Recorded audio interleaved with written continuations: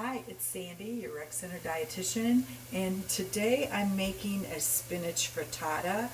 This is a very versatile dish. You can use it for breakfast, lunch, or as dinner as well.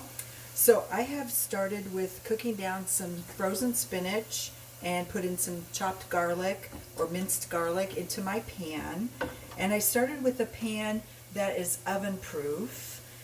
Up to 350 degrees, and I've set my oven for 350 degrees. So this is a nice dish that you can start on the stove and finish in your oven. So depending on what your family likes, if they're not big on spinach, you might want to start with not so much spinach in your dish and maybe a little bit more meat or whatever your family likes, or just a variety of vegetables if that's what you prefer as well. I'm going to add a can of mushrooms, and I've already drained these, so I'm just going to add those in and stir that in there. And we also like a little bit of ham or bacon into our frittata, so a little bit of meat, whatever you prefer, and just kind of get that mixed around in there. And again, that can be a little or a lot. And again, this recipe is super versatile. You could add, tomatoes, olives, and give it whatever kind of flair that you want.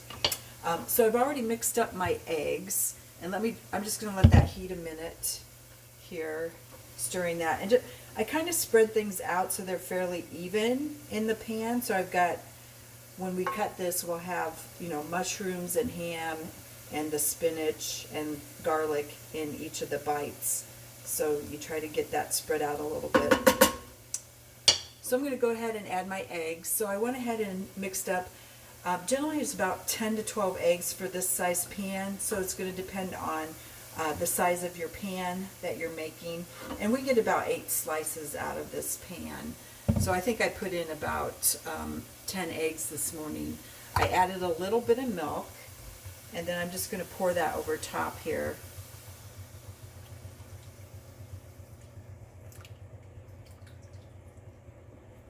And if you feel like you didn't get enough mixture in there, you can always add a little bit more milk to your pan. So you can see that sets up really beautiful, really pretty colors in there. And I'm just going to let it cook for a couple minutes on the stove. I'm going to put a little cracked pepper on top of that. And then I'm going to finish it off in my 350 degree oven for probably about 12 minutes or so, just so it gets lightly browned on the top, and that if you do poke it with a knife, that your knife inserts and comes out clean. You don't want it to collapse on you when you bring it out. So again, a great versatile dish, a spinach frittata. Again, you can vary the vegetables, the meat that you put in it.